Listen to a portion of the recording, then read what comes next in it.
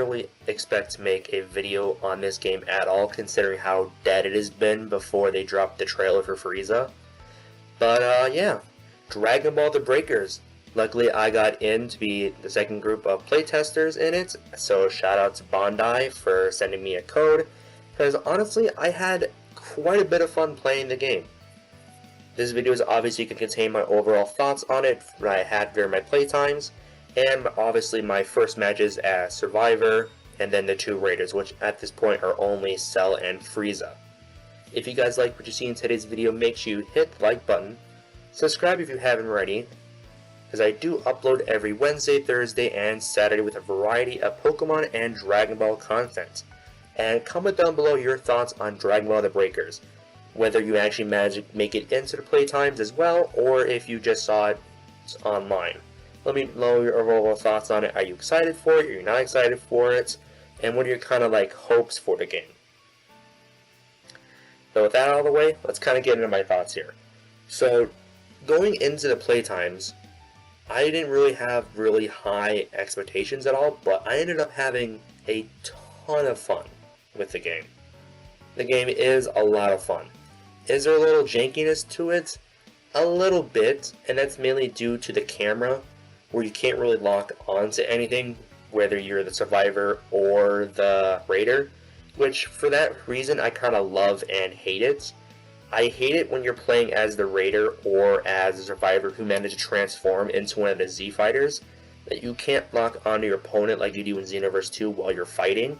Because obviously when you're moving around, you constantly have to be moving the camera on your own while also trying to, fight.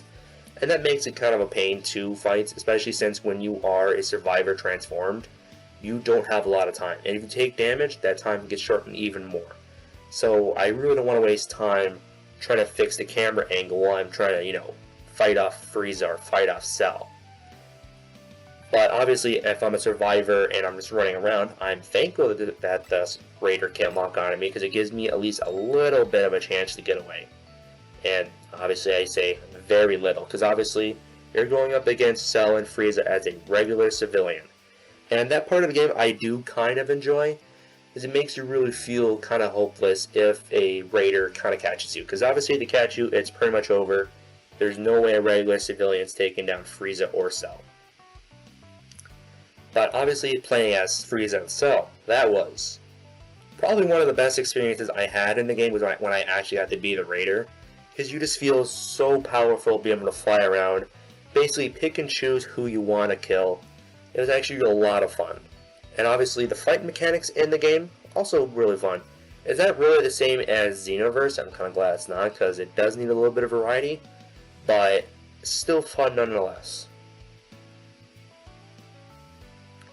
Obviously my only qualm, or like my only negatives with the game, is the camera. Because obviously having to constantly move the camera around when you're trying to fight is really annoying, like I mentioned earlier. But at the same time, it's kind of a positive too, especially if you're a Survivor trying to escape. But yeah, honestly, that's my only negative with the game so far.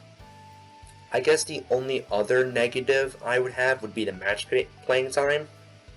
Me personally, I never had it too bad. Because usually when I hit the match play button, it would take like maybe a minute or two before I got into a match. I would sometimes get to 5 minutes or more, but then I would just, cancel matchmaking, then hop back in and get into a match right away. Like, I've seen some people online struggle for hours trying to get into a match. That's obviously because, again, it's a beta, stuff like this is going to happen. I imagine they'll kind of iron this stuff out by either the next playtime, if not by the time the game releases. Or at least I hope. Yeah, like, those are only my two negatives. Obviously, all the positives is, one, being able to kind of run around the area with complete freedom. It is really cool to go around all the different biomes and see all, like, the historic landmarks in Dragon Ball, like being able to go up to Frieza's ship, be able to go over to West City, go over to Cell Games Arena. It is really cool. And, yeah.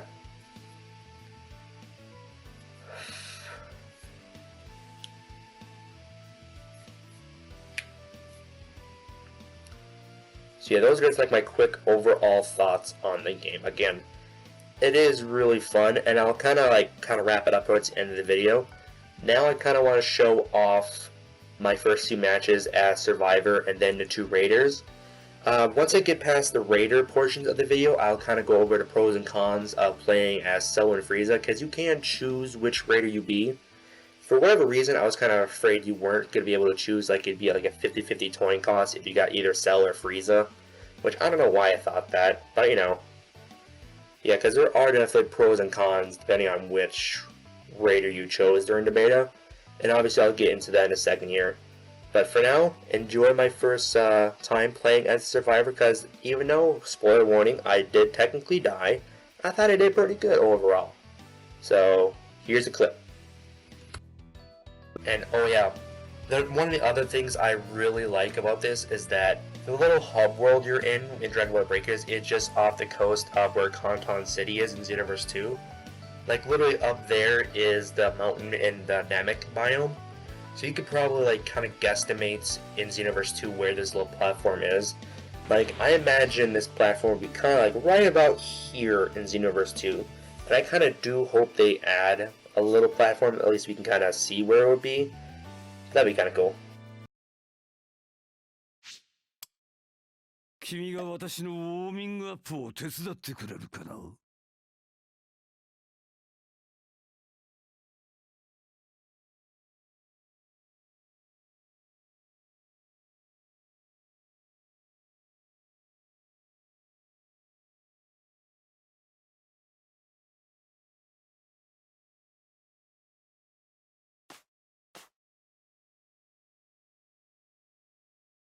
こちらトランクスだ。聞こえるか？スーパータイムマシンや必要な物資の転送は完了している起動キーを探して指定ポイントに設置し、スーパータイムマシンを起動するんだ。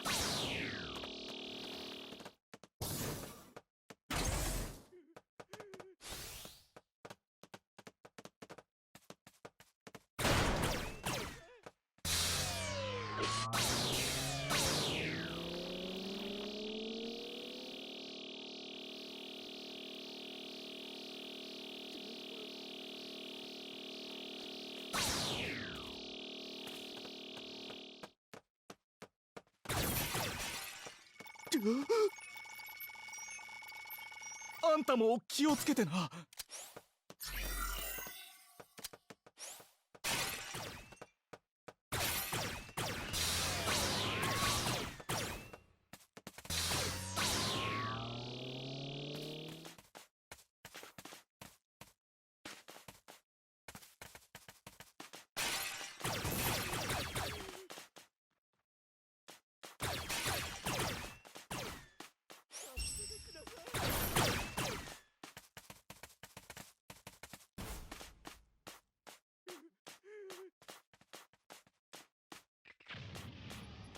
起動キーが見つかったな。設置に向かってくれ。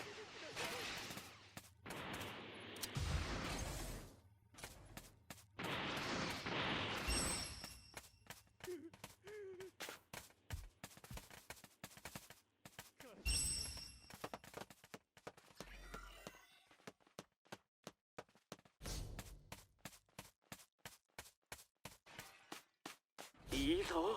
また起動キーが見つかった。設置に向かうんだ。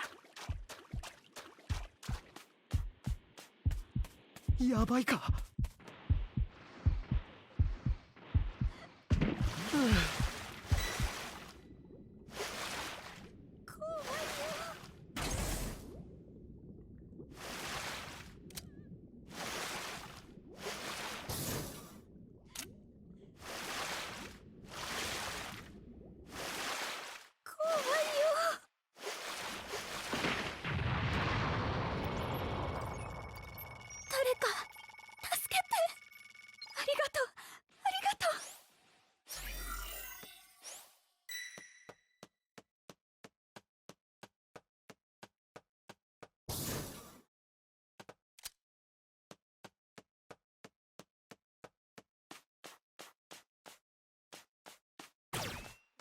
仲間が助けを必要としてるぞ。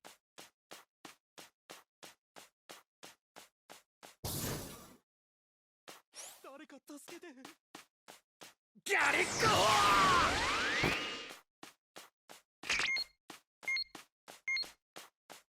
ここはどこだ？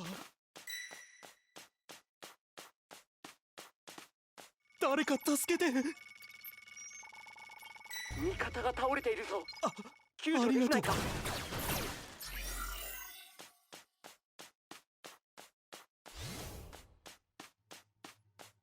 仲間が助けを必要としてるぞ。ここはどこだ？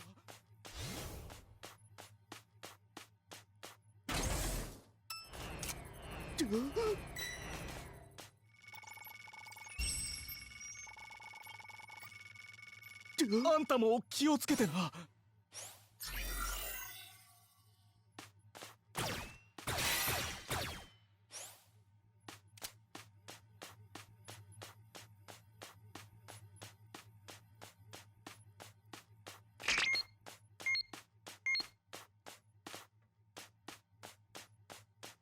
よし、新しい起動機が見つかったぞ。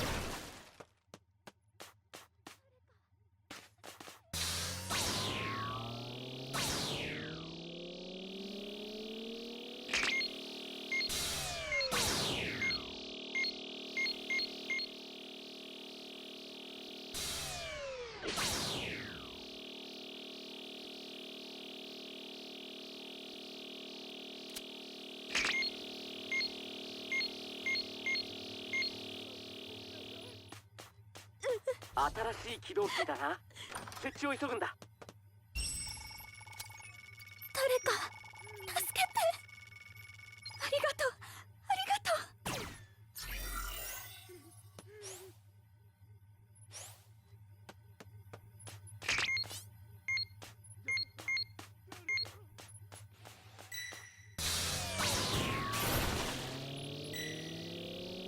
う。味方が倒れているぞ。救助できないか。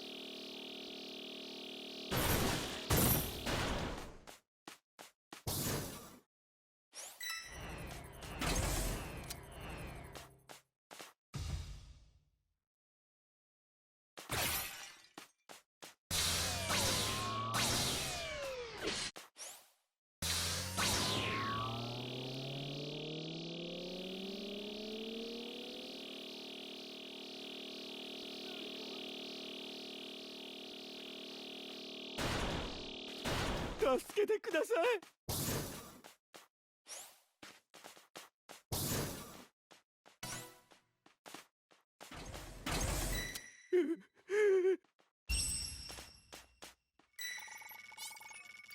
助けてください。感謝します。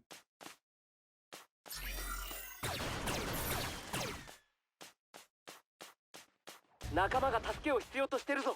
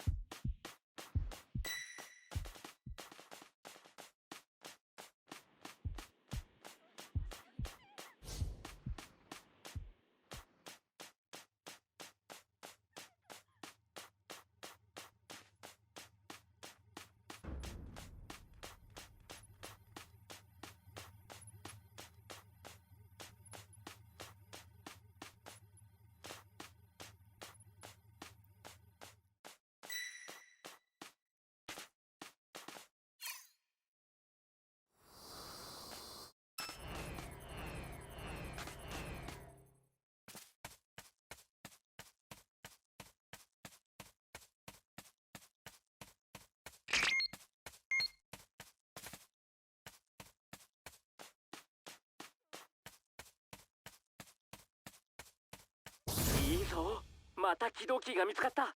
設置に向かうんだ。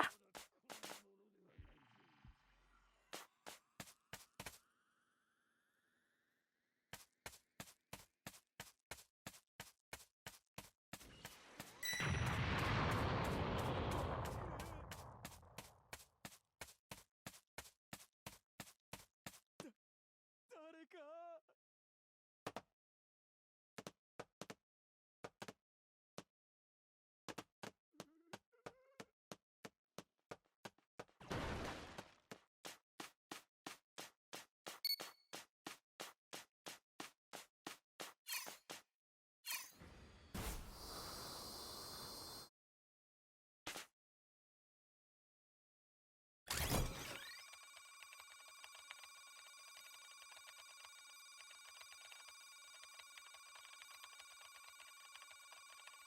スーパータイムマシンの起動システムが出てきたぞ。急いで向かってくれ。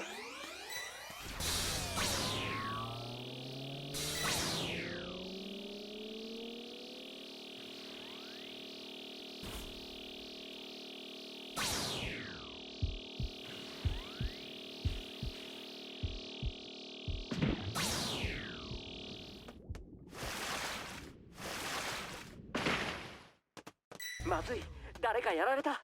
救助に行けないか。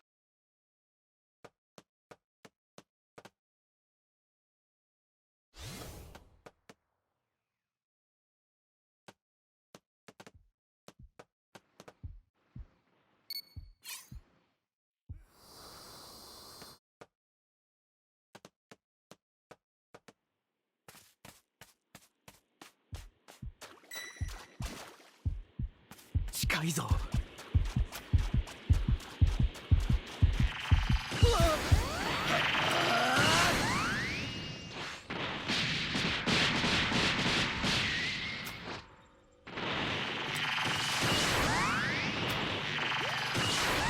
今こちらに補給物資を送る。有効に使ってくれ。よっしゃ。だだだだだ。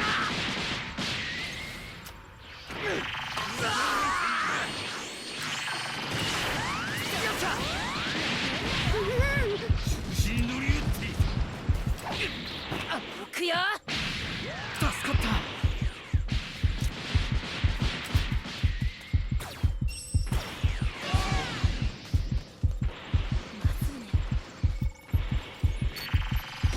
が倒れているぞ。救助できないか。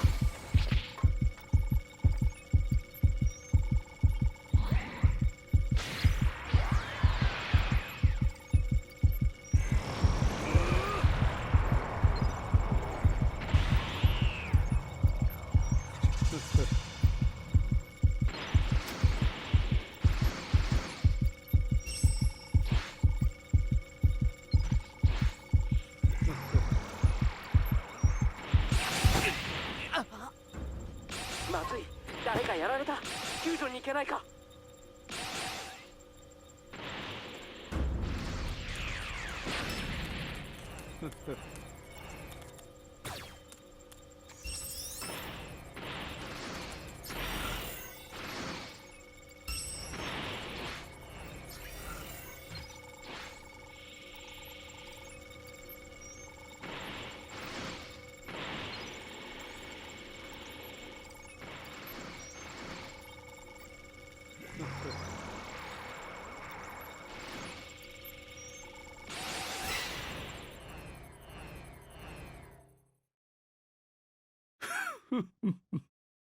Alrighty, and that was my first match as a survivor. Unfortunately, I did get caught by the raider and died, but it was still fun to play nonetheless, especially when I was throwing hands with them. It did feel like a good, even fight, and felt really satisfying to, land a couple shots on them, especially since I was putting the work on the raider, so that was good. But, yeah. The one thing I actually do really enjoy while playing as a raider is the feeling of actual fear, like the feeling of hopelessness. So obviously, in this game, we're playing as a normal civilian with no extra abilities against, some of the worst villains in all of Dragon Ball. And like being constantly had to look over your shoulder, watching for the raider to see if they're not tracking you, and then, go, oh crap, when they do spot you, makes this game really fun because it makes it feel realistic. Like, obviously, if Cell or Frieza walked through my door right now, I wouldn't be able to do anything. I wouldn't be able to stop them. So it was like really fun and really cool to like have that feeling of just like, oh crap, there's Frieza, or oh crap, there's Cell. What do I do? But obviously, yeah, that aspect of the game just really made the experience feel more real, if that makes sense. Like, it feels like it would actually happen. But yeah, up next are my first two matches as the Raiders. Luckily, first off, I played as Frieza because, you know, he was the new Raider at the time, and then play as Cell.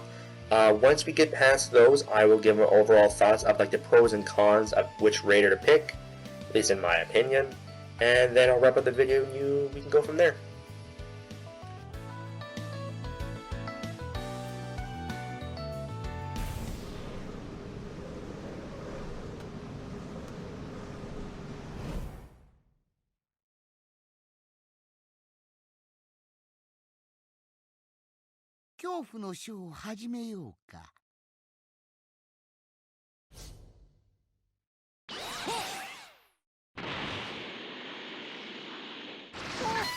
Oh.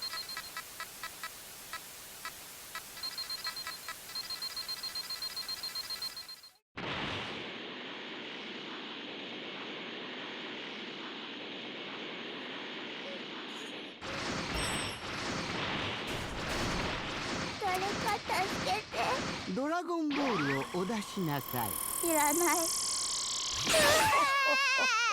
ま、いいでしょう。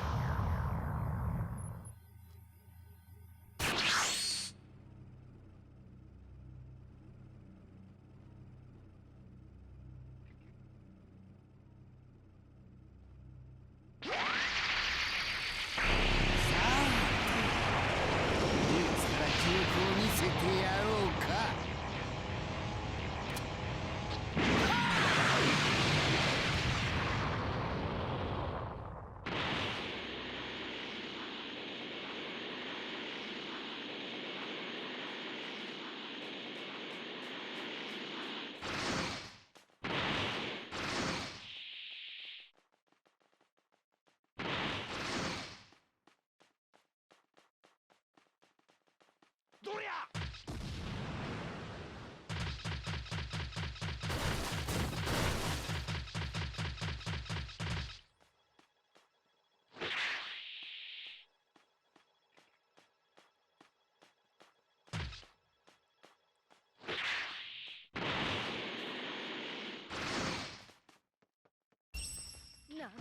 海王剣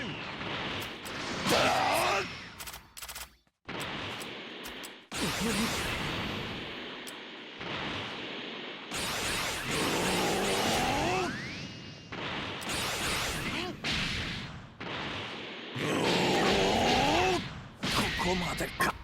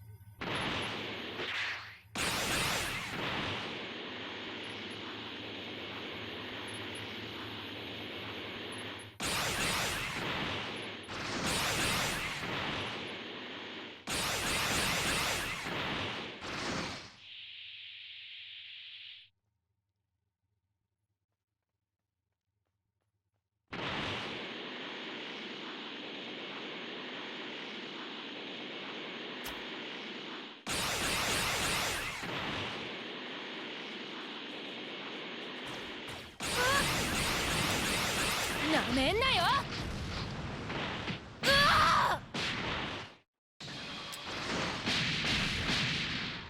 そったれ。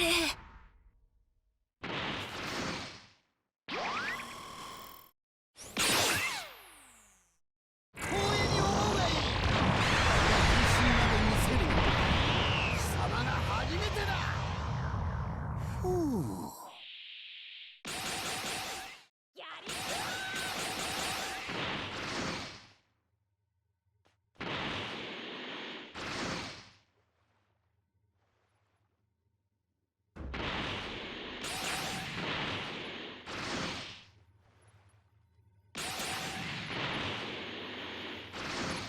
行くぜ。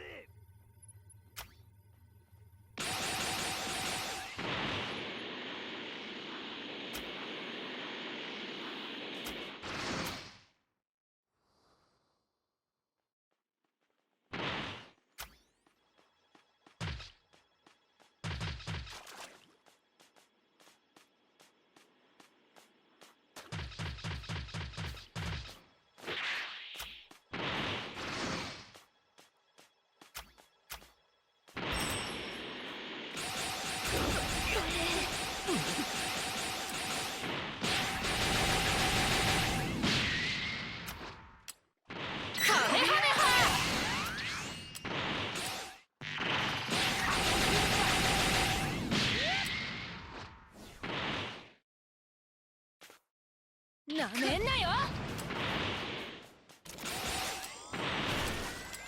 そったれ。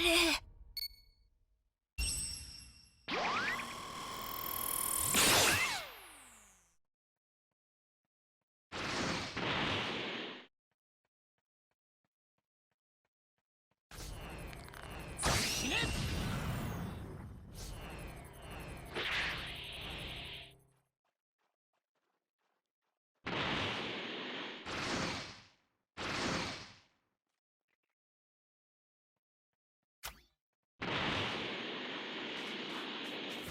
うわー。うわっ。今のはなかなかでしたよ。飛べ。うわっ。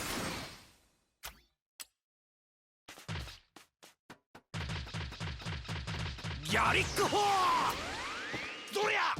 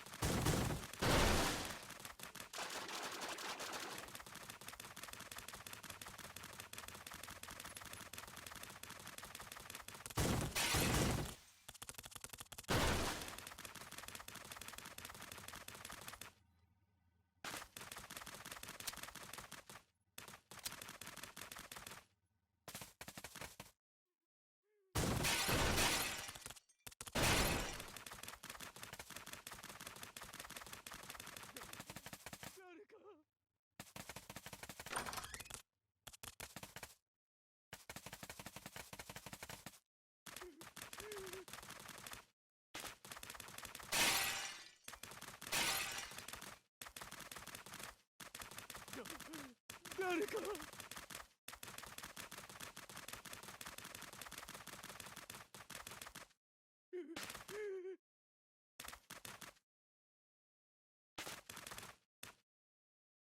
助けてください。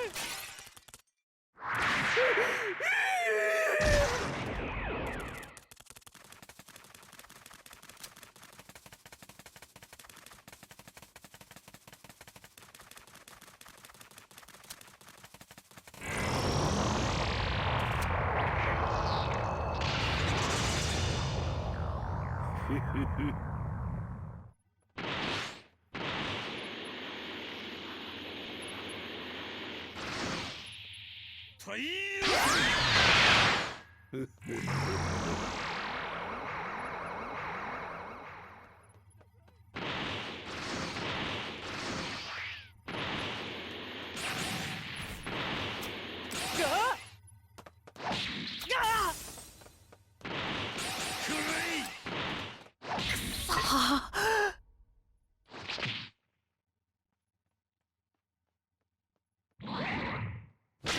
生体エキスをいただくとしよう。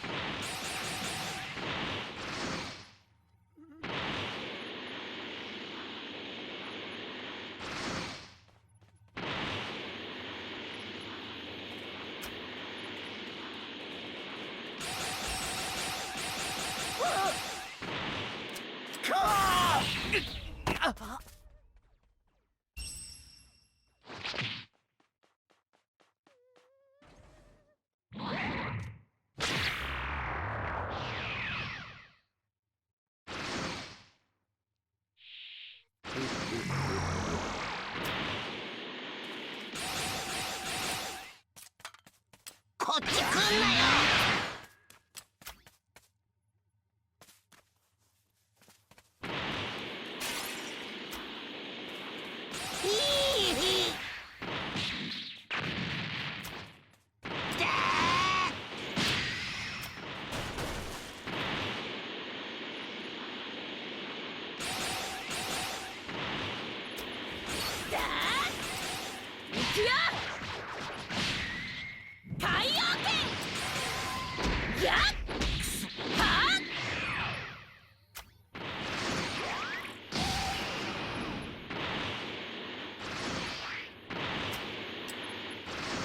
もうダメだ。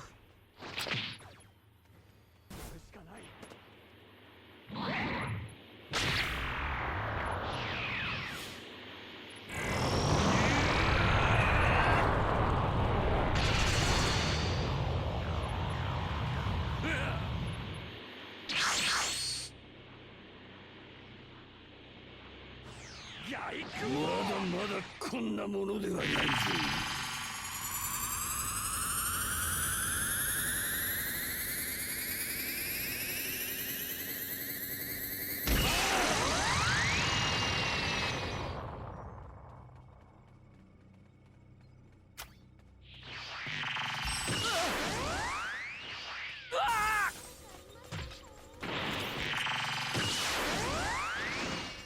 海洋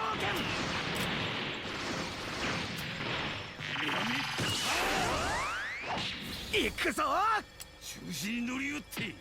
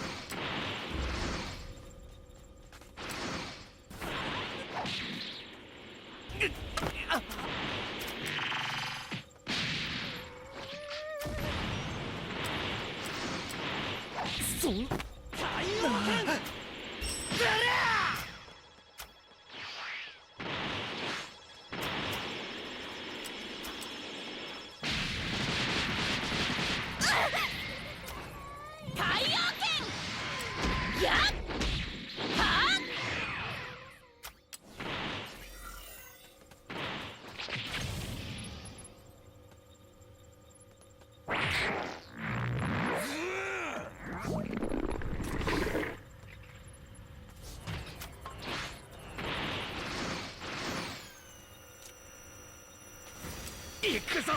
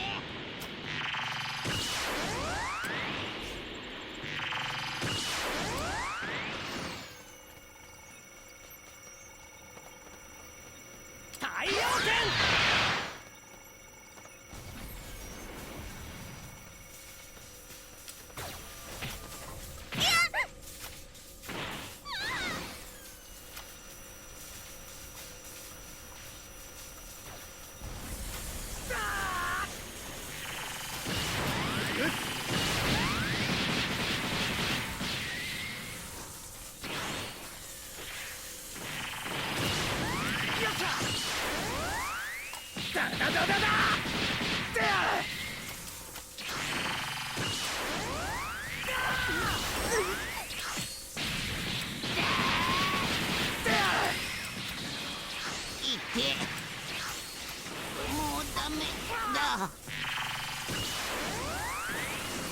海王剣。